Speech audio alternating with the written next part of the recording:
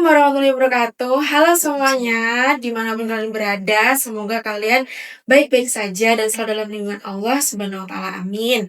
Oke, untuk mengawali ya, sebenarnya kita itu mengadakan obrolan santai aja untuk para Gen Z nih ya. BTW kita juga perdana buat ngadain bahasa kerennya sih podcast ya teman-teman. Yang kita tuh awalnya cuma ada rencana ngechat kita obrolin di chat aja, dan alhamdulillah pada malam hari ini kita bisa mewujudkan wacana kita. Oke, tentunya sebelum kita memulai, langkah baiknya kan kita perkenalan dulu ya teman-teman ya. Oke, nama aku Arwinda Kubio Harunisa, dan tentunya aku juga nggak sendiri ya. Aku sama teman aku juga, teman, saudara, sahabat ya. Kita persilakan buat memperkenalkan diri. Halo sahabat Gen Z semuanya, perkenalkan nama aku Zerlinda Prasanti Supranggono. Ya, asalnya dari Ponorogo ya Kak Arwinda. Kak Arwinda Betul sendiri sekali. dari Madiun. Madiun, aku tuh di sini juga pendatang teman-teman. Iya, nah untuk apa lagi nih Kak? Mungkin kesibukan atau apa yang perlu aku? Boleh, kesibukan boleh ya teman-teman ya. Ya, pertama pasti aku seneng banget bisa duduk di sini bareng Kak Arwinda buat ngadain podcast. Dan juga appreciate banget ya, semoga podcast ini tuh bisa jadi awal dari gebrakan kita bermanfaat banget buat orang lain gitu kan ya. Nah, terus untuk kesibukan aku sendiri ya, itu aku sekarang jadi mahasiswi di UIN Sunan Ampel Surabaya, dan juga jadi mahasantri di salah satu PESMA An-Nur Surabaya juga gitu Kak. Hebat banget kan. Beliau ini selain menjadi mahasiswa, beliau itu juga menjadi santri Kak lagi, karena kebetulan Kak Zerinda ini juga lulusan pesantren ya. Iya, benar-benar dari lulusan pesantren juga. Nah, juga teman-teman ya, perlu kalian ketahui nih, kita nih kan juga kelahiran 2000-an ya. Iya, Kita ini juga termasuk Gen Z ya, yang sering banget nih rasa overthinking ya kan, rasa insecure apalagi ya. Nah, lewat podcast ini kita mau kayak sama-sama nih, gimana sih Kak caranya kita tuh hindarin yang namanya insecure, overthinking yang berlebihan, karena memang umur sekitar ini itu lagi marak-maraknya kayak kepikiran terlalu berat, terus nanti akhirnya bisa banget nih ya kalau iman kita nggak kuat mengakhiri hidupnya dengan cara yang semoga kita semua dijauhkan dari hal seperti itu ya. Amin. Oke, sebelum kita masuk ke obrolan yang deep nih Kak Zerlinda, karena di sini kan sebagai bintang tamu sebenarnya itu Kak Zerlinda ya. Kita tanya dulu nih, apa sih apresiasi kecil dari Kak Zerlinda ini dalam minggu-minggu ini nih yang membuat Kak Zerlinda tuh kayak, wah aku bisa bertahan sejauh ini ternyata. Iya, pasti ya Kak, untuk apresiasi terhadap diriku sendiri, apresiasi kecil ya terutama pada minggu hari ini adalah aku tuh bersyukur Kak. Bersyukur kenapa? Karena minggu ini tuh aku tuh bahagia. Kenapa dikatakan bahagia? Karena minggu ini tuh aku bisa kumpul sama teman-temanku dulu Kak yang di pondok. Walaupun ya nggak lengkap. Tapi salah satu yang kita perlu ketahui ya, bahwasanya teman-teman kita dulu saat masa-masa SMP ataupun SMA itu kan emang paling terkenal nih Kak katanya. Bener banget. Nah, apalagi kita kan, aku di pondok juga, udah di pondok itu ada 7 tahunan. Nah, luar biasa ya. Nah, itu tuh kalau ketemu mereka tuh rasanya tuh kayak recharger gitu loh Kak. Jadi dayanya tuh keisi lagi, walaupun kayak cuma ngobrol biasa, tapi tuh bikin kita itu jadi inget lagi, kita tuh punya kenangan, kita tuh punya penyemangat yang bisa menerima kita lah, mereka nih menerima kita apa adanya, yang nggak ngejudgement kita terlalu berlebihan. Berarti kayak punya sensasi sendiri ya kalau aku sama mereka gitu ya. Itu salah satu yang aku syukurin juga pada minggu hari, dan yang nggak kalah aku bersyukurnya juga bisa bareng podcast sama Kak Arwinda. Tepuk tangan dulu dong. Alhamdulillah ya. Oke.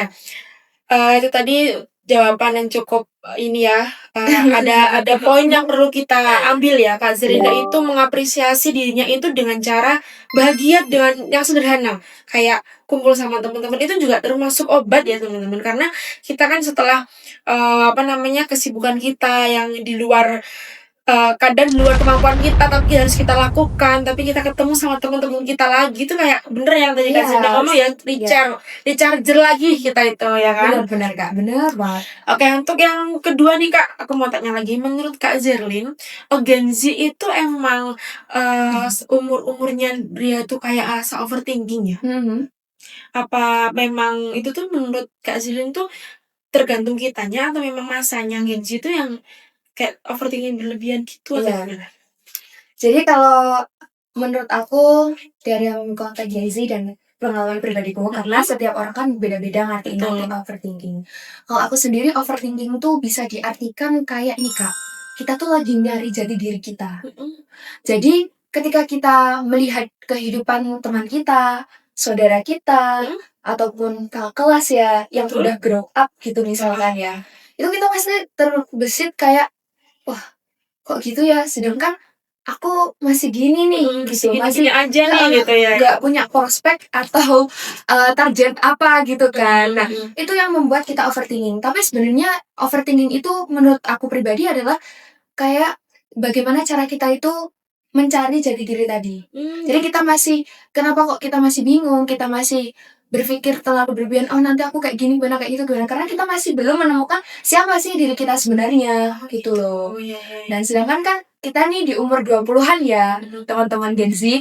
Jadi di umur 20 itu harusnya kita udah tahu kita tuh sebenarnya siapa. Ya walaupun manusia tuh nggak akan 100% bakal mengenal dirinya kan. Betul. Nah, juga ada kata pepatah Arab katanya man arafa rabbuka arafa nafsa gitu. Ataupun sebaliknya, man arafa nafsa arafa rabbuka gitu. Jadi Kak, siapa yang tahu Tuhannya pasti dia juga atau mengetahui Tuhannya, mengenal Tuhannya, dia pasti tahu dirinya. Dan kalau dia tahu dirinya, pasti dia tahu Tuhannya. Gitu sih Kak Oke. dari aku. Berarti intinya itu, overthinking itu boleh teman-teman. Ah, Tapi dengan, alasan kita itu sedang mencari jati diri kita. Karena memang mencari referensi dari orang lain itu juga perlu ya Kak iya Zelin ya? benar benar banget. Oke, untuk selanjutnya nih Kak Zelin, pernah nggak sih Kak Zelin tuh kayak ngerasa FOMO gitu? Kayak Heeh. ngeliat keahlian teman-teman kita nih, biasanya kan ada ya, Iya, kita tuh kayak merasa, "Ih aku pokoknya pengen kayak dia." Padahal kan nggak seharusnya kita tuh merasa apapun yang dimiliki teman kita tuh juga harus miliki gitu. Tapi iya Kak benar-benar. Zerlin pernah nggak sih kayak ngerasa FOMO gitu sama Mhm. kemampuan teman-teman Kak Zerlin? Iya, kalau aku sendiri ya Kak, Mhm, terkait FOMO itu pasti pernah karena aku mengakui bahwasanya aku ini juga Gen Z iya, gitu. betul sekali. Terus juga aku sendiri kan di jurusannya kuliah itu kan di ilmu Al-Quran Tafsir nih. Mhm, Otomatis yang aku dulu Gen Z tahu, teman-teman Gen Z tahu, aku tuh dulu di pesantrennya itu bukan di pesantren Quran, Kak, di mmm, pesantren yang bahasa oh, gitu. berarti kayak boarding school ya? Ya, boarding school yang dia Yang tuh lebih achievement-nya tuh ngasih bagaimana language-nya tuh wah, lebih language, oh gitu. iya iya. Nah, kalau untuk Al-Quran atau hafalannya itu memang ada, Kak, tapi hafalannya ketika itu di pesantrenku masih bukan berupa kewajiban, tapi kayak ekstrakurikuler. Jadi boleh aja ikut, tapi nggak terpatok sama hafalannya harus berapa. Sedangkan kalau aku sendiri kan masuk tafsir, Mhm, ya minimal harus ada pegangan mhm, hafalannya gitu. mhm mhm. Nah pas masuk itu Kak, Iya? FOMO-nya itu apa? Kok teman-temanku udah pada hafidh Oh, 30 juz gitu. semuanya, Oh, iya iya. punya sanad, terus Mhm. kebanyakan juga dari pondok pesantren yang Pesantren, ternama iya gitu bener. kan. Wah itu kayak termasuk tantangan juga ya? Iya, tantangan Mhm, banget, Kak. keren Tapi, keren Kak, sih. ada, sisi bahagianya nih. Heeh heeh. Apa tuh? Kepo nggak teman-teman? Ya, kepo dong. Apa Sisi tuh? bahagianya yang aku dapetin dari aku di pondok bahasa gitu ya, Mhm, pondok modern dan pondok bahasa adalah, ketika ada beberapa matkul, ada beberapa event yang mengutamakan tentang bahasa. mhm, Nah, kayak English kan kebanyakan ya, iya. itu kita lebih unggul, Kak. Itu yang pertama, sisi Mhm mhm bahasanya. mhm. Terus yang kedua, tentang leadership. Mhm? Nah, kalau di pesantrenku emang dari dulu tuh, apa ya, sikap mandiri, terus kayak misalkan, ada punishment, hukuman Mhm, hukuman? dari para ustazahnya atau dari Mhm para kakak-kakaknya yang pengurus. mhm. Nah, itu tuh membuat sistem diri kita tuh bisa disiplin dan membuat leadership kita bertanggung jawab itu lebih, dan juga rasa pede. Ketika presentasi misalnya gampang gitu kan, nggak semuanya teman-teman bukan berarti aku mengartikan teman-teman dari ilmu Al-Quran tafsir teman-temanku itu kurang gitu, enggak, tapi memang itu nilai plusnya yang aku rasakan dan aku dapatkan sampai gimana bisalah lebih unggul di dalam segi bahasanya. Berarti Kak Zrin itu ya adalah kalanya kayak ngerasa kok aku kayaknya nggak cocok di sini ya gitu. Tapi setelah mendalami lagi, belajar lagi, ternyata ada keunggulan di sisi lain. Nah, kayak gitu teman-teman, kita tuh nggak boleh bukan nggak boleh kayak terlalu overthinking duluan. Ih, kayaknya aku nggak bisa deh. Kayaknya aku kayak kurang deh. Enggak, sebenarnya kita tuh punya posisi diri kita yang lebih unggul di orang lain tuh nggak ada, tapi kita punya. Cuman kita tuh belum nemuin aja di mananya gitu. Seperti Kak Zrin tadi, dia selalu mencoba lagi. Oh, ternyata aku ada unggul di sini. Nah, ketika kalian sudah menemukan tuh kayak rasanya, wah, bagus nih, cocok nih buat aku gitu, teman-teman. Kayak kita masuk ke segmen kedua nih, teman-teman. Oke, kita lanjut ke obrolan kita yang menjunjung tema pada podcast malam hari ini ya. Yaitu insecure. Kak Zerlin, apa sih trigger utama Kak Zerlin tentang insecure? Entah atau itu tentang fisik atau kerjaan mungkin, boleh? Oke.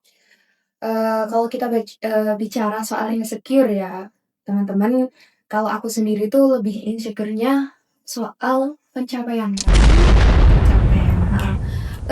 Kenapa sih kok soal pencapaian gitu?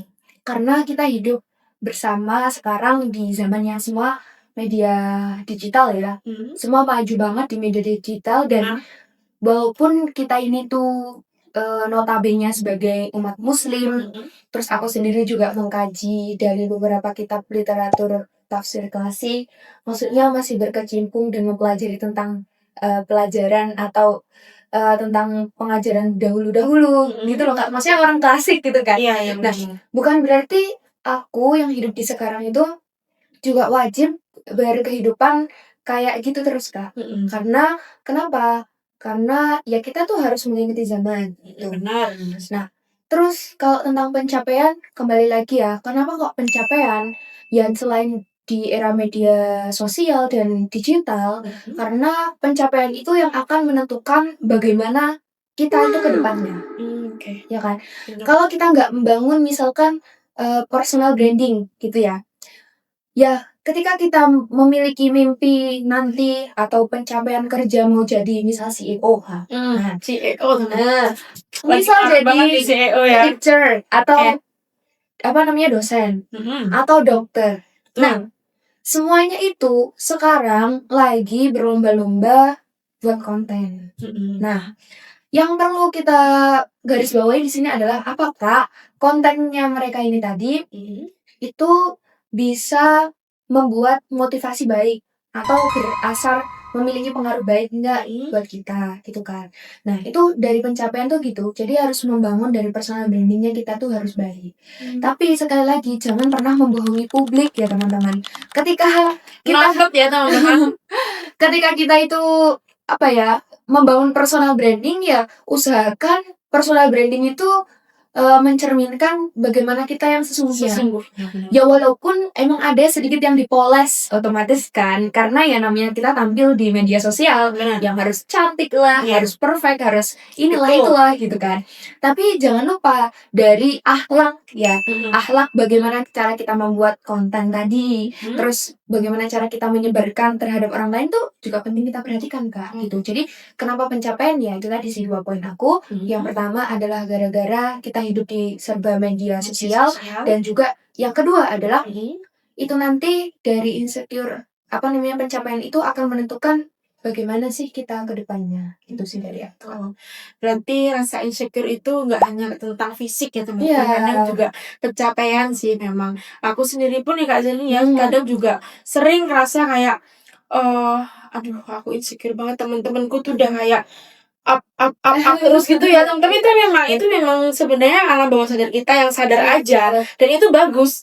Ketika kita sadar akan kayak, ketidakstabilan ini kita ya, apa namanya, pencapaian kita, berarti bagus. Berarti kita itu terketuk dalam hati kita harus berubah nih. Nah, kita harus mencari jalan, gimana sih biar kita itu, bisa lebih dari yang sekarang. Gitu teman-teman ya. Oke. benar. Yang kedua nih Kak Zilin, ada nggak momen paling low yang pernah Kak Zilin alami gara-gara rasa nggak pede? Nah, kadang kan ada kalanya nih kita kayak namanya juga insecure ya. Pasti ada kalanya nih kita mau tampil, nggak pede nih. Ada nggak momen yang buat low gitu? Ada Kak, Ada teman-teman. ada banget. Dan itu aku kalau boleh jujur, semoga ini juga bisa menginspirasi teman-teman ya. Lagi-lagi perkara tentang Quran Kak, ya kan berlatar belakang Ya, gitu kan. karena kan memang kuliahnya Kak Zilin kan ambilnya tafsir ya teman-teman. Ya, jadi insecure itu ada pada masa dimana aku emang awal masuk ke perkuliahan dan di dunia mahasiswa yang aku bisa dikatakan shock culture di Surabaya ya Kak ya. Di Surabaya kenapa? Karena beda banget kehidupannya sama di Ponorogo nih. Betul. Nah, di sana kan kita kayak bahasa Jawanya tuh tumplak buk gitu loh Kak. Di sana tuh semua tuh jadi satu Jadi kan. satu, ya. Nah, jadi tuh membuat aku tuh harus kayak aku nih harus jadi ya kayak mana. Itu yang pertama shock culture. Yang kedua yang buat aku paling low atau mellow down itu adalah ketika momen dimana aku disuruh ini Kak, apa namanya, masuk halakoh tahfidz. Yang dimana notabene para teman-teman aku yang di sana itu memang sudah selesai hafalannya Kak, gitu. Nah, itu rasa sedih aku tuh atau rasa insecureku tuh kuat, kayak membuat aku tuh mellow. Mellownya kenapa? Aku dulu tuh nggak kayak mereka. Jadi ada penyesalan. Penyesalan gitu. Tapi kan ketika kita nyesel ya, apakah kita akan berhenti teman-teman? Otomatis kan enggak. Enggak dong. Terus harus apa gitu kan yang dilakuin. Nah, kalau aku share pengalamanku sehingga aku bisa pede lagi. Gimana sih caranya ketika bermuamalah sama teman-teman yang sudah selesai hafalan itu kita bisa nyaman. Ya dengan cara kita berprogres teman-teman. Walaupun di luar sana kan banyak ada yang misalnya dulu mondok hanya terbatas hafalannya sampai 2 juz atau 1 juz, 3 juz, 5 juz belum selesai. Jangan berhenti teman-teman. Bukan berarti gini ya. Bukan berarti ketika dia itu sudah tahfidz gitu ya. Dia sudah selesai tentang semua pencapaiannya tentang Al-Quran, nggak berhenti di situ. Karena Al-Quran itu akan terus berkembang, akan terus bisa kita dalami.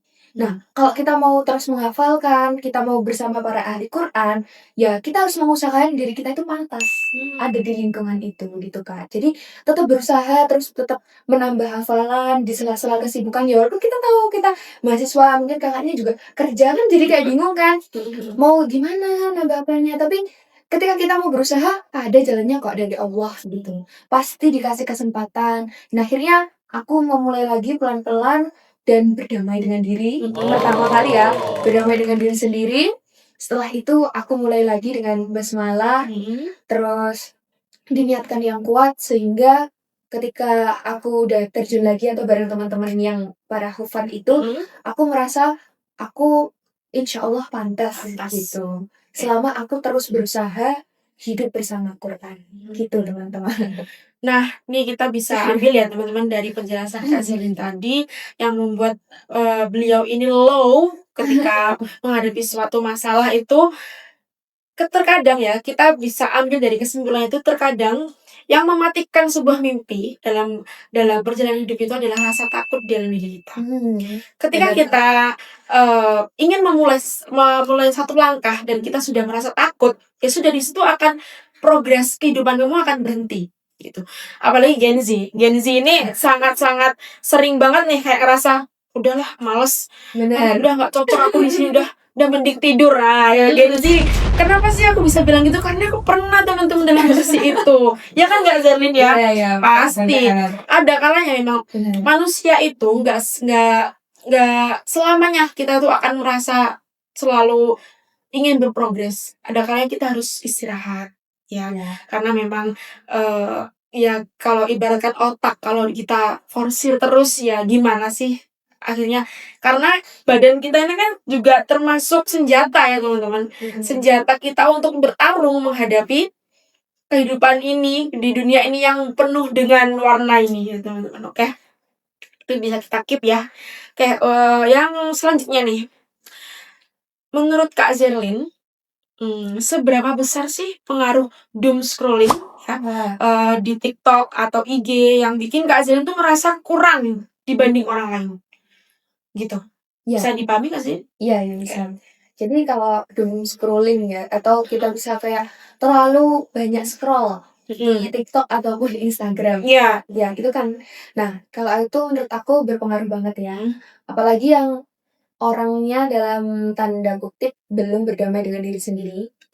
Itu akan sangat berpengaruh dari segi psikisnya, Kak. Biasanya tuh penyebutannya kayak standar TikTok. Ya, nggak sih? hidup standar TikTok, hidup standar ini, standar itu gitu kan. Padahal nyatanya kita juga punya standar kehidupan sendiri di Betul dunia sekali, nyata, betul gitu sekali. nggak Setuju, kayak setuju. orang lain.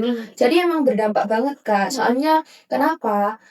Kita yang belum selesai dengan diri kita sendiri atau belum berdamai dengan diri sendiri ketika kita melihat pencapaian, terus ngelihat apa ya, achievement atau achievement pendapatan dari orang lain, itu akan membuat diri kita tuh kayak, ya Allah, kok aku nggak kayak mereka ya? Apakah aku ini emang ditakdirin kayak gini? Nah, kayak itu kan nggak boleh, Kak. Iya, karena kan dia belum merasa berdamai tadi ya, makanya Iya, dia berpikiran seperti itu. Iya. Yang perlu kita perbaiki adalah pola pikir. Jadi afirmasi positif terhadap diri kita, caranya gimana teman-teman? Adalah ketika kita scrolling ya, ada pencapaian bagus atau melihat artis misalkan yang di friends best gitu kan ya, itu kayak grow up terus kaya misalkan ya Kak ya dari segi finansial. Itu adalah kita lebih baik mendoakan teman-teman, kayak semoga orang ini bisa tambah bermanfaat dan juga aku yang melihat konten ini juga bisa menjadi baik seperti apa yang aku lihat. Afirmasi kayak gitu ke diri kita tuh berpengaruh, Kak. Jadi kalau kita lihat malah kita misalkan scroll gitu ya, scroll terus kita, kayak gini banget sih, gitu, kayak gini banget. Nah, itu juga afirmasi negatif tuh akan berdampak ke diri kita.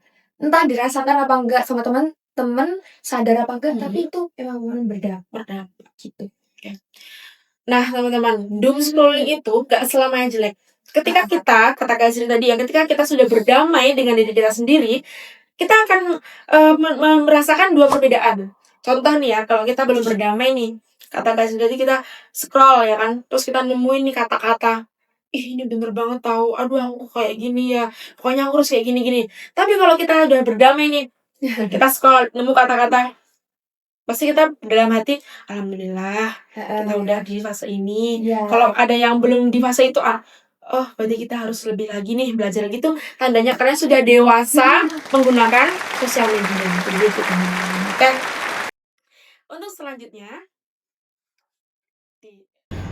Untuk selanjutnya kita masuk ke proses berdamai. Nah, ini paling kayaknya kalau buat Gen Z ini paling kayak ini ya, berpengaruh banget karena berdamai dengan diri sendiri tuh nggak gampang teman-teman. Aku pun juga ngerasain itu.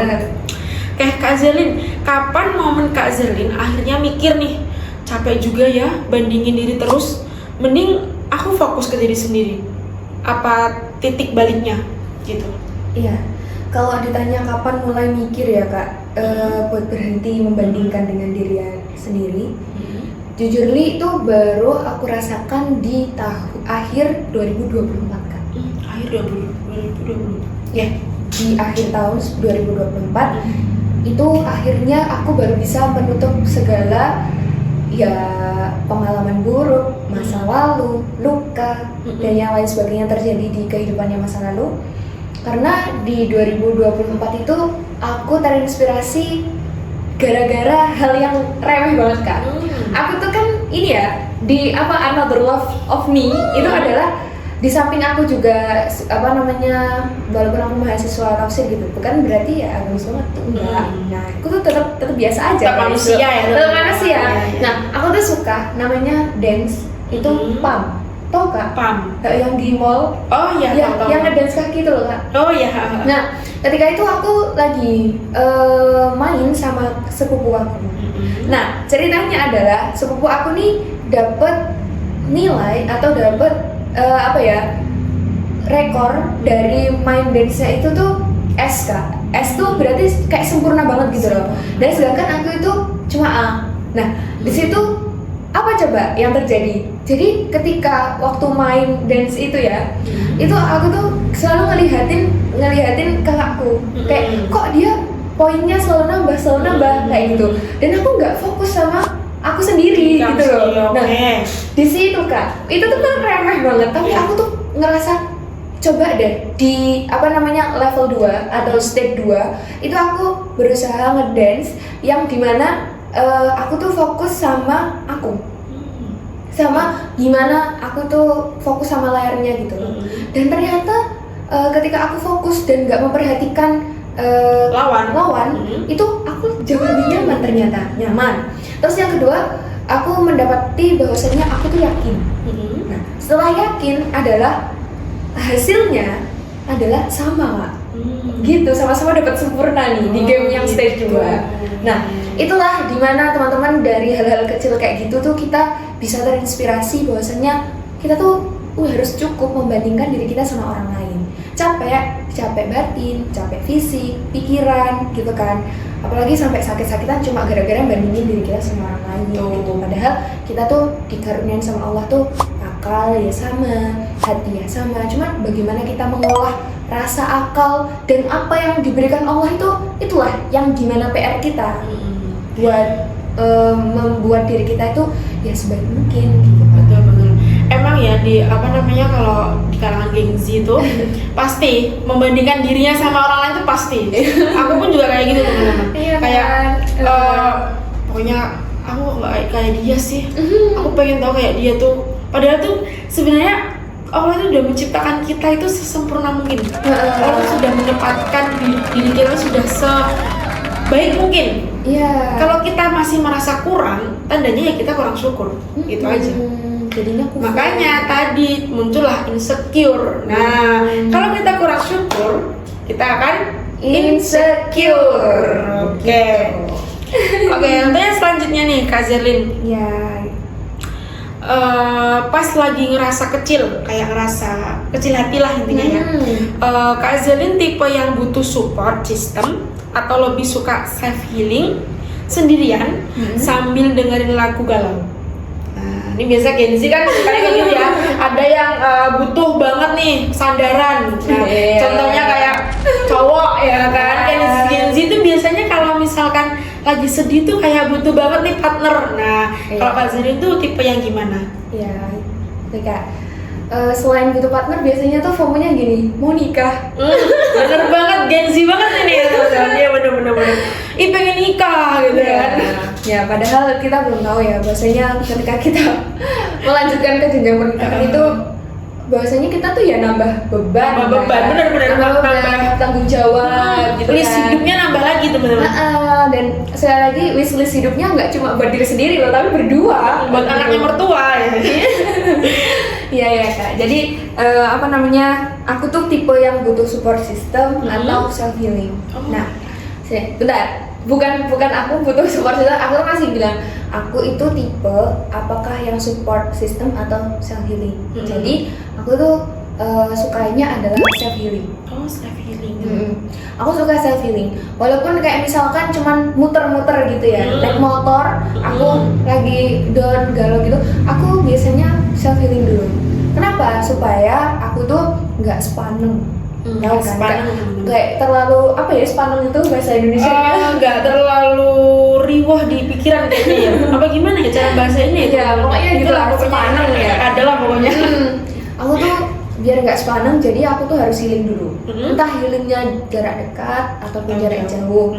Nah, di samping healing tuh biasanya aku ngapain? Ini really ya, aku kerjain di hidup aku tuh biasanya tadabbur alam Kak. Oh, tadabbur alam. Jadi kayak ini ya, kayak hiking gitu ya? Enggak hiking, enggak selamanya hiking. Jadi gimana Kak? Entah ya, itu kayak sistem otak dan tubuhku tuh tiba-tiba ini aku sebut tadabbur alam. Tapi tadabbur alam yang aku lakuin ini gini. Misalkan aku jalan kemana itu naik motor sendiri. Nah, aku nih lihat daun.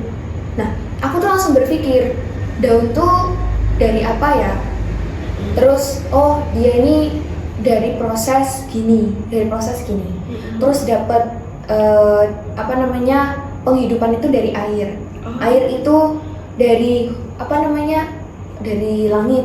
Nah, langit itu ada awan tuh berkumpul sehingga membentuk columbus, jadi hujan.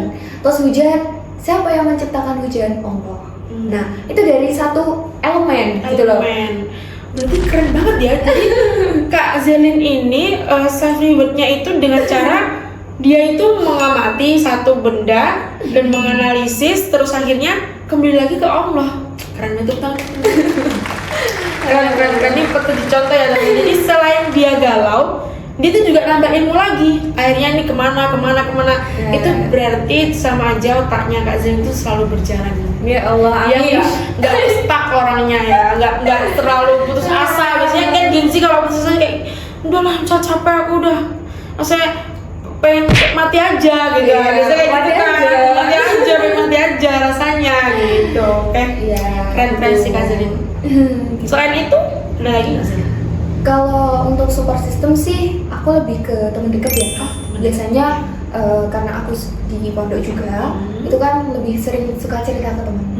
Nah, jadi cerita ke teman tuh aku biasanya emang orangnya antusias Gitu. Antusias di orang yang tepat. Nah, emang harusnya gitu sih. Kalau nggak yang tepat tuh ya kurang gitu Jadi aja. kalau misalkan teman-teman nemuin aku ngobrol baru ketemu, orangnya pendiam ya gitu. Ya emang introvert gitu kan. Tapi ketika aku ketemu orang yang tepat, misalnya ketemu Kak Arwinda nih, dia udah bisa nih ngomong apa aja. Berarti gitu. Kak Zelin tuh ngerasa kayak tepat gitu. Ngerasa tepat. Jadi aku tuh harus cerita apapun yang aku rasakan dan udah kayak melewati fase analisis aku. Jadi temanku tuh harus dengerin sampai kesimpulan dan aku selalu bilang gini, kamu jangan bosen ya aku ceritain kayak gini karena emang aku tuh cara penyembuhan ketika aku lagi down atau aku lagi susah, lagi sepaneng tadi ya, itu adalah dengan aku cerita. Tapi itu opsional Kak, nggak selamanya ya. Tapi yang paling selalu aku lakukan adalah itu tadi, tadabbur alam. Self healingnya gitu. Oke, bagus ya teman-teman ya. Perlu dicontoh nih, Kak Zelin itu juga Gen Z sama kita ini. Pasti juga rasa insecure pasti ada ya, nggak selamanya kita nggak insecure. Nggak, sebenarnya tuh poinnya tuh insecure tuh nggak salah sih, nggak selamanya salah. Ya kita jadiin aja insecure itu kayak gimana biar kita nggak insecure. Nah gitu kan. Benar. Oke, untuk yang selanjutnya nih Kak Zelin. Gimana cara Kak Zelin filter omongan orang atau konten di sosmed yang bikin Kak Zelin ngerasa nggak berharga? Karena kan tadi Kak Zelin sudah sempat bilang nih, Kak Zelin kan sering muncul di dunia media sosial. Apalagi Kak Zelin kan dia itu yang aku tahu ya teman-teman, beliau itu sering banget kayak nulis jurnalistik kayak gitu ya, nulis kayak karya tulis, terus nanti kan pasti kan di-upload ya di media sosial ya, pasti juga akan ada kayak omongan orang yang mungkin tidak suka dengan kita atau tidak suka dengan karya kita. Nah, gimana nih cara Kak Zelin ngadepin orang-orang seperti itu? Iya. Untuk memfilter bagaimana kita menghadapi orang-orang yang komen tentang hidup kita ya Kak ya, itu adalah aku pakai konsep tabayun. Jadi aku tuh ngelihat konteksnya dulu, ngelihat penjelasannya dulu. Ya walaupun penjelasannya tuh nggak selamanya verbal atau bisa langsung diomongin itu enggak, cuman melihat bahwasanya sebenarnya nih apa sih yang terjadi gitu kan. Enggak langsung kayak ditelan mentah-mentah. Orang tuh kenapa sih kok bisa ngomen buruk ke kita ketika kita upload konten atau upload tulisan atau upload lainnya. Waktu itu sebenarnya aku juga pernah waktu nulis salah satu artikel populer ya. Nah itu ada yang ngomennya gini, ini tuh nggak selamanya kayak pengajarannya dari tokoh A ini tuh kayak gini, tokoh ini tuh kayak gini gitu. Terus dia kasih caption di bawahnya kayak ini cuma sebagai tambahan penjelasan aja gitu, bukan berarti buruk. Nah berarti kan ini netizen yang baik gitu loh. Ini netizennya tuh baik. Nah kalau netizennya yang nggak baik tuh gimana? Ya tiba-tiba langsung, ngapain sih kamu tuh nulis kayak gini buat apa? Ngapain sih kamu buat konten gitu? Ya udah, kalau emang kalian nggak siap dengan konsekuensinya sakit hati atau kebal pikiran, boleh loh kalian skip. Ya. Karena kalau kita mengizinkan orang lain buat selalu ngomongin kehidupan kita, terus kayak ngejudgement kita itu buruk, ya udah kita bakal lama-lama tuh bisa kemakan sama itu sendiri gitu loh Kak. Jadi tergantung kitanya, kita tuh harus bisa memilah-milah juga mana yang baik. Kalau netizen berkomentar buruk tentang kita atau temen atau siapapun berkomentar, masuk telinga kanan, keluar telinga kiri, kita jadi diri sendiri, gitu. Tuh Gen Z, sahabat-sahabat Gen Z nih ya, tolong nih tenangin diri lo semua ya. Kalau ngadepin kayak gitu tuh kalian harus santai aja.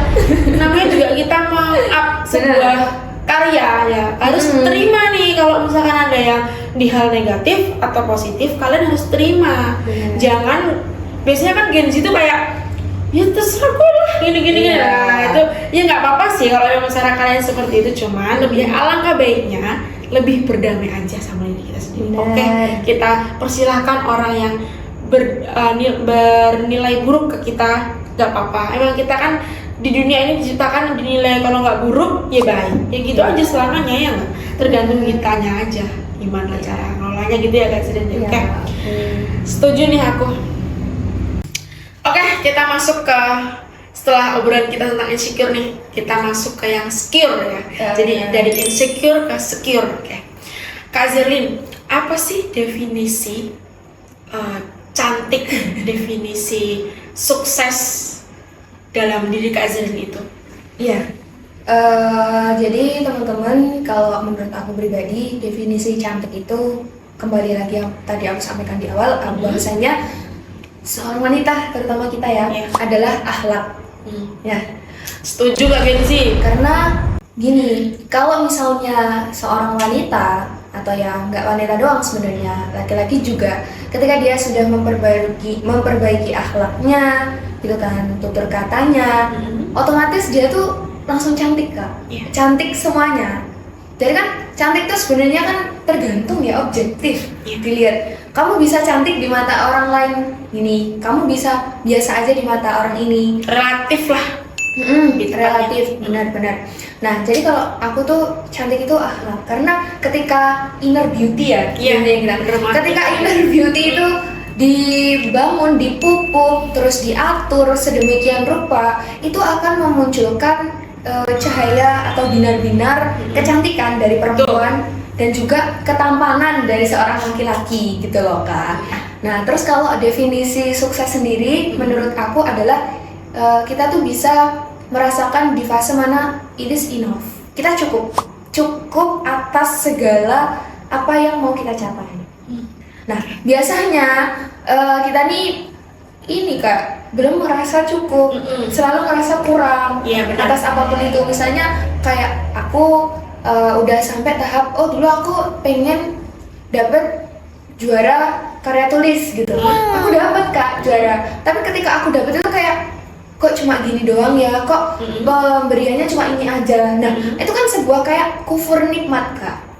Nah karena kalau kita kufur nikmat nih juga bahaya Kak, gitu kan. Kenapa sih bahaya? Karena ketika kita itu sesuai dalam Al-Quran ya disebutkan bahasanya kalau kita itu selalu bersyukur, Allah tuh akan menambahkan nikmat gitu.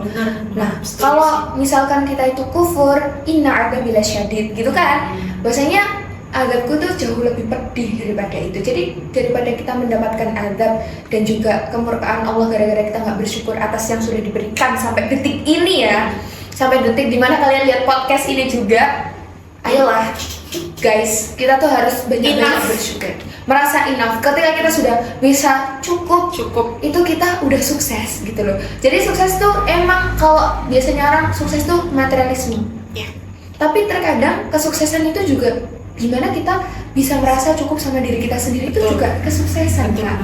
gitu sih. Setuju sih. Memang di sini dalam konteks merasa cukup itu bukan merasa puas dengan diri kita ya, bukan, tapi bersyukur. Tadi Benar-benar. konteksnya itu bersyukur. Jadi biasanya kita itu agak sulit karena bedanya tipis agak sih ya dengan benar, kita benar. ngomong Benar. merasa cukup berarti kita udah stuck di situ. Enggak, teman-teman. Enggak. Bukan cukup yang itu yang kita maksud adalah cukup yang kita maksud itu adalah bersyukur.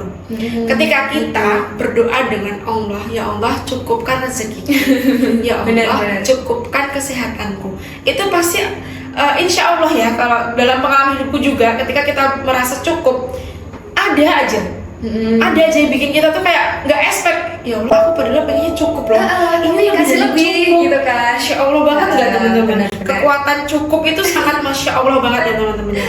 Jadi kita bisa ambillah kesimpulan dari Kak Zerlin bahwasanya merasa cantik itu ketika akhlak kita diperbaiki dari dasarnya. Karena memang akhlak itu sebagai penempat level yang berbeda. Iya. Oh, kata-katanya para pepatah Arab itu al-adabu fawqal ilmi. Jadi biasanya seorang pelajar yang nggak cuma belajar sih Kak, pokoknya orang yang sedang menuntut ilmu ataupun kasbul ma'isyah, mencari rezeki itu kan, apapun dimanapun tempat kan yang diutamakan adalah adab. Ya, Betul. adab atau akhlak, barulah dia itu ilmu. Tapi percuma, soalnya kan kita banyak juga tahu orang tuh berilmu gitu loh. Kayak orientalis, ya mohon maaf ya, orientalis barat itu kenapa kok nggak percaya adanya Tuhan gitu ya? Karena mereka mendahulukan itu ilmunya dulu daripada adabnya dan juga hatinya kan. Nah sama kita juga, kalau kita mendahulukan tentang bagaimana ilmu itu dulu, kita bisa sombong. Kita nggak ingat bahwasanya ilmu itu dari siapa, kadang nggak mengakui gurunya atau temennya yang udah ngasih banyak pengetahuan ke kita, itu kadang tuh bikin lupa Daratan. Nah, siapa nih yang sering lupa daratan ketika udah mendapatkan sesuatu yang diinginkan, sumber-sumbernya tuh dihempas gitu aja. Iya, Itu nggak baik ya Gen Z. nggak boleh ya kayak gitu menurut aku, karena orang-orang yang sudah memberikan afirmasi positif, terus orang-orang yang sudah memberikan dukungan, yang membantu kalian saat kalian jatuh gitu ya Kak ya, itu tuh nggak boleh kita tinggalkan mentang-mentang kita udah sukses, mentang-mentang kita udah kayak punya nama, kita udah kaya, kita udah semuanya gitu. Nggak boleh, kita harus tetap tengok orang-orang yang dulu mungkin mereka adalah penyebab dimana kita tuh sukses, penyebab dari kita itu tuh bisa bangkit sampai detik ini. Jadi kita tuh harus selalu menengok mereka, mendoakan mereka. Yang kamu nggak bisa nengok, nggak bisa menemui, minimal mendoakan. Terus feedback baik itu juga penting Kak, karena kebanyakan orang-orang ya yang pernah aku temuin tuh kayak beneran lupa daratan Kak. Ketika mereka tuh udah kayak punya nama gitu ya, mereka punya circle yang circleku nih orang-orang keren, circleku nih orang-orang berpendidikan, orang ada gitu. Tapi mereka lupa bahwasanya siapa sih yang mengangkat mereka, mendoakan, kayak jatuh bangunnya sama siapa itu lupa gitu Kak. Oh gitu ya teman-teman. Teman-teman harus ingat-ingat ya, kita nggak boleh lupa daratan. Oke. Benar. Untuk yang selanjutnya nih Kak Zerlin. Ya. Ngomong-ngomong tentang ain't enough ya. Ritual apa nih yang Kak Zerlin lakuin tiap pagi, malam biar kita tuh merasa ain't enough? Oke. Salah satu yang mulai aku terapin di baru-baru ini juga ya teman-teman. Kalau sebelum-sebelumnya tuh aku biasanya baru ini sih, afirmasi positifnya ketika mau tidur. Oh ya. Sebelum mau tidur itu, selain kalian yang perempuan suka skincare, skincare rutin ya. Ya. Nah itu jangan lupa kalian tentunya berwudu ya teman-teman. Terus kalian afirmasi positif. Mungkin udah banyak yang tahu, tapi beneran kalau kalian terapin gitu ya, afirmasi positif kayak misalkan, terima kasih Zerlinda, hari ini kamu sudah sangat berjuang, kamu hari ini udah bermanfaat. Setuju banget. Kamu hari ini udah ngapain aja, hari ini disebutin sebelum tidur, sehingga diri kita tuh nggak haus validasi kan. Nah, benar banget teman-teman. Jadi siapa lagi kalau misalkan dia nggak memvalidasi itu diri kita sendiri. Betul. Jadi gengsi jangan banyak berharap ke orang lain. Diri sendiri aja udah cukup. Iya. Udah.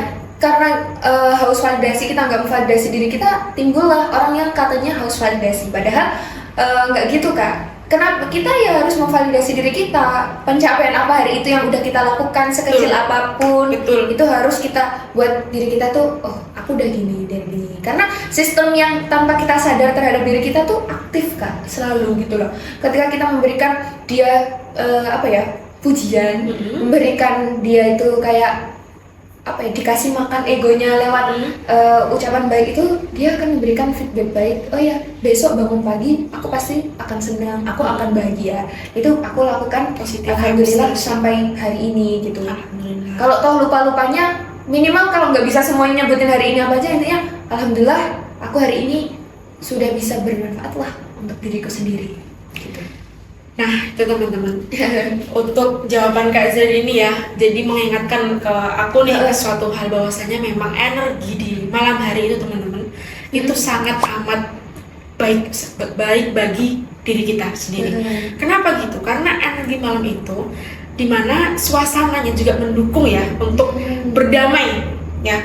Kalau kita sedang kayak, kan kita nih mau persiapan tidur ya, kita kasih ruang untuk diri kita mengucapkan terima kasih ya, kayak yang Kak Zed bilang tadi, apresiasi teman-teman. Nah, itu memang aku sendiri alhamdulillah sudah menjalankan itu juga sudah lama, karena aku pernah mendengarkan satu podcast nih dari seorang public figure bahwasanya kita tuh harus berdamai dengan diri kita dan tepatnya itu di malam hari. Kita tarik nafas, itu kayak relaksi diri ya, tarik nafas, kita ucapkan terima kasih yang sebanyak-banyaknya pada diri kita untuk hari ini, apa saja yang sudah kita lakukan ya Kak Zed ya. Itu bakalan berpengaruh teman-teman, di pagi hari kalian bakal rasa positif, kalian bakal rasa tuh semangat buat memulai hari lagi, karena kalian sebelum tidur sudah mengapresiasi diri itu. Betul ya Kak Zed? Benar banget Kak gitu. Dan juga untuk selain apresiasi diri, tadi kita temanya tentang apa Kak? Insecure to secure. Nah, terus juga cara ampuh yang nggak bosen-bosen, teman-teman aku mungkin udah dengar juga, atau mungkin Kak Arwinda juga pernah dengar, adalah jangan lupa kalau kalian punya kayak misalnya keinginan besar gitu, doa yang selain mustajab di waktu-waktu mustajab, selain sholat tahajud, sholat duha, dan waktu-waktu lainnya adalah ketika kalian itu berdialog dengan Allah. Lewat apa? Lewat deres, lewat membaca Quran. Nah, di sana ketika karena pengalaman aku aja waktu itu, aku emang bener-bener pengen dimana aku tuh ikut ini Kak. Kemarin tuh emang baru ikut lomba yang internasional, tapi itu awalnya tuh nggak rencana Kak, karena aku udah mundur, soalnya aku nggak kekejar deadline, karena aku masih ada acara di kota lain, lalu kejar deadline. Akhirnya aku tuh merasa batin kayak aku nih gimana ya, emang sayang gitu loh, tapi ya udahlah, di event ini padahal udah dinanti-nanti gitu kan, tapi nggak dapet, ya udah nggak apa-apa gitu. Terus akhirnya ini tahadus bin nikmah juga, bukan mau sombong. Kalau kalian mau membuktikan silahkan. Itu gini, aku tuh baca Quran karena aku sedih gitu kan, nggak jadi ikut event itu. Terus juga deadline lain tuh agak mundur gitu kan. Nah akhirnya baca Quran tuh Kak, deres gitu kan, juga sambil murojaah. Nah di sana aku tuh cuma batin sedih, ya Allah aku tuh kayak gimana gitu. Gak ada 2 hari Kak, aku ditelepon sama salah satu temanku pengurus HMP. Nah itu dibilang kamu mau wakili delegasi tapi di bidang lomba lain. Padahal aku juga belum pro di situ gitu loh Kak. Tapi aku nyoba, karena kalau kita nggak nyoba-nyoba, ya kita nggak akan tahu kan potensi kita tuh sampai mana. Itu tadi, jangan takut untuk coba sih. Kalian harus selalu berani ya, coba hal baru. Akhirnya aku ikutlah Kak, dan aku aja tuh baru dikasih tahu tentang qiraatul kutub ya, yang kita kuningan itu. Aku baru tahu materinya tuh pagi dari temanku yang panitia. Nah udah dari pagi itu aku dikasih tahu kayaknya babnya ini ada 2 kitab, nanti kamu pelajari aja. Lah aku ya kayak agak tantrum gitu, ala-ala gengsi gitu kan, ini tuh gimana gitu kan, kita nggak tahu, agak gedebak-gedebuk ya. Terus sedangkan majunya tuh jam 9 pagi gitu loh, aku baru buka kitab PDF-nya itu ya jam 7 gitu loh. Nah akhirnya entahlah, aku cuma baca bismillah dan kayak ya Allah nggak tahu aku sebenarnya mau jawab apa, aku juga belum ahli di bidang ini, lomba ini, tapi qadarullah pas pengumuman itu ya dapet Kak, gitu. Dari yang aku batin sambil baca Quran itu, jadi kayak masya Allah emang ada gitu loh Al-Quran keajaiban. itu luar biasa teman-teman. Bener, mukjizat yang emang Zat yang nyata, yang sudah dituliskan ya dari sebelum diciptakannya Ya. Al-Quran ya. benar Kak. Oke, gitu. Bisa disimpulkan ya teman-teman bahwasanya kita itu di luar mungkin ada penonton kita yang non muslim ya, percayalah pada agama kalian masing-masing. Insya Allah ketika kalian percaya dengan Tuhan kalian akan dipilih jalan yang mudah. Tuh, Betul sekali. Oke, selanjutnya nih Kak Zelin, kalau Kak Zelin bisa balik nih ya ke masa lalu dan ketemu dari kakak yang dulu Iya. sering nangis ya kan karena insecure. Nah, Kak Zelin mau bisikin apa nih ke dia yang cengeng itu? Iya, untuk Zerlinda masa lalu yang suka nangis, walaupun sekarang juga masih suka nangis, aku pengen bilang dari Zerlinda masa depan, kamu tuh hebat sudah sampai titik ini. Kamu bisa bertahan, kamu nggak berusaha menyalahkan siapapun atas apapun itu, atas pencapaian yang belum kamu capai. That's it, no problem gitu. Karena Allah mengarahkan kehidupanmu pada titik ini sampai kamu bisa ngomong bareng juga sama Kak Arwinda. Detik ini adalah salah satu anugerah yang patut aku harus syukuri. Alhamdulillah, semua alhamdulillah. Karena apa ya? Kamu tuh sudah berproses sejauh ini. Jadi kamu yang nangis dulu adalah kamu yang senantiasa berproses untuk bisa berdiri tegap, berdiri kuat, dan berdiri hebat sampai juga detik ini. Oke, kita beri tepuk tangan buat Kak Zelin yang sudah menangguhkan dirinya dari dulu yang sering nangis, sering cengeng, yang Iya, sering hampir benar. putus asa bahkan ya. Iya benar, terus asa banget. Jadi seseorang yang sehebat ini. Amin, amin, ya rabbal Menurutku alamin. pribadi Kak Zelin itu memang sosok yang ini bukan saya mau dibeli-belikan ya teman-teman, karena saya juga termasuk temen deketnya Kak Zelin dari dulu ya, dari dulu waktu sekolah juga ya. Beliau ini memang termasuk tipikal orang yang suka memotivasi teman-temannya. Termasuk saya pun juga termotivasi dari beliau ya. Banyak begitupun juga Kak Zelin mungkin banyak belajar dari saya, begitupun saya juga pasti Kak. banyak belajar juga dari Kak Zelin gitu ya. Oke. Kita sudah mau di ujung podcastnya teman-teman. Kita kita ulas lagi ya dari awal, yang dari insecure. Ayo kita bangun lagi, ayo kita mulai berdamai dengan diri kita, biar kita tuh sebagai alat ya dari diri kita, biar gak ngerasa selalu down. Kita harus selalu upgrade, walaupun langkahnya hanya setengah tangga, itu sudah sangat berarti untuk diri kita gitu. Oke. Sebelum mengakhiri ya Kak Zelin ya, kita mau dong satu quotes nih dari Kak Zelin yang membekas nih buat si Gen Z di luar sana ya teman-teman ya. Kita minta satu quotes dari Kak Zelin. Ya, sorry, jadi aku nyiapin quotes yang mungkin teman-teman juga udah pada denger. Nah, salah satu quotes yang aku banggakan tuh sebenarnya nggak satu Kak, ada dua. Oh iya, Ya. boleh, dua boleh. Dua ya Kak ya. Yang pertama adalah dari Imam Syafi'i katanya. Jadi hatiku itu tenang karena aku mengetahui bahwa apa yang melewatkanku di masa lalu itu tidak akan pernah menjadi takdirku sekarang. Gitu. Bagus banget. Nah, sih. dan apa yang ditakdirkan untukku itu tidak akan pernah melewatiku. Nah, terus yang kedua ada salah satu dari pepatah Arab itu yang dari dulu aku selalu tancapkan adalah gini. Katanya, hasbi minad dunya shadiqun sabitun lakunhu wala ikhtiya jalisani. Jadi cukuplah bagiku itu penolong bagiku adalah Allah gitu kan. Maka ketika aku butuh apa-apa, bukan berarti kita nggak butuh manusia, enggak, tapi emang ketika kita down banget dan kita butuh apa-apa tuh hasbina dunia sodikon sabitun, teman yang paling sejati, fakunhu, maka jadilah itu, kita tidak akan membutuhkan yang selain itu, atau kita dalam konteks cukup tadi kan. Gitu dari aku. Dua quotes nih dari Kak Zelina, semoga bermanfaat ya untuk kita Amin, semua. ya Rabbal Semoga Alamin. podcast obrolan santai ini juga bermanfaat bagi teman-teman Gen Z di luar sana. Kami Amin, ya berdua Rabbal mengucapkan Alamin. terima kasih banyak yang sudah mau mendengarkan hingga akhir ya. Mohon maaf jika banyak salah kata ataupun tingkah kami berdua, karena memang kita kan baru perdana nih ya teman-teman ya.